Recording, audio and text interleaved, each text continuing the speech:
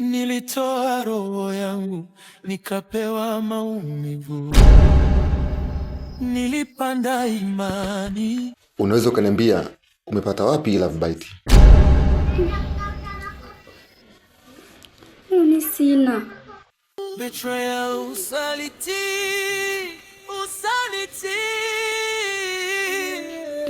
Labda tu nitakuwa nimejishika, ndio maana ukaona hapo hiyo rangi, lakini hamna chochote mwangu.